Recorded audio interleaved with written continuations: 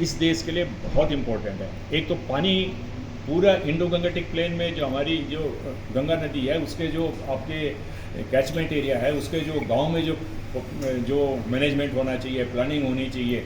हमारी ये सोच ये है कि उत्तराखंड के पहाड़ों में गांव लेवल से लेकर के ब्लॉक लेवल से लेकर के डिस्ट्रिक्ट लेवल से तक जो है संसाधनों का, फॉरेस्ट के कितने संसाधन हैं, नॉन फॉरेस्ट और रेवेन्यू लैंड के कितने हैं, लोगों की ज़मीन के क्या संसाधन हैं। भाई इतने सालों से यहाँ चकबंदी नहीं हो रही है, तो आप सबसे पहले तो यहाँ ज़मीन का निस्तारण ठीक ढंग से करो।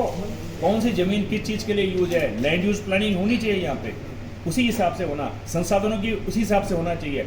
आपका प्लान तब रुकेगा जब आप संसाधनों को, क्या बोलते हैं उसको, पीपल ओरिएंटेड की हिंदी क्या बोलती हैं, जनता के उन्मुख जो चीज़ें हैं उसी हिसाब से प्लानिंग करनी पड़ेगी आपको, तब जा करके होगी।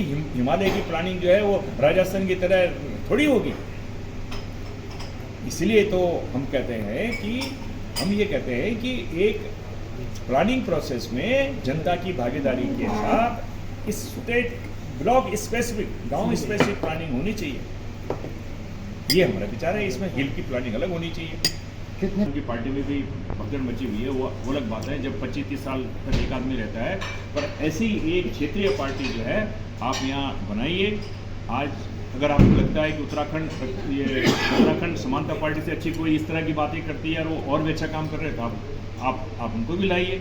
और हम तो ये कहते हैं, अगर आपने इस पार्टी को उठा दिया तो ये पार्टी आपकी पार्टी होगी, ये घर घर की पार्टी होगी, और आप जैसा चाहोगे वैसे होगा। इस पार्टी में कोई जो है हाई कमांड नहीं होगा, और हमारे पास है ही नहीं हाई कमांड। ऐसी बहुत सारी चीज़ें हैं जो मैं नहीं चाहता हूँ, लेकिन मेरे लोग बहुत ऐसे करो तो हमारी पार्टी वो करती है।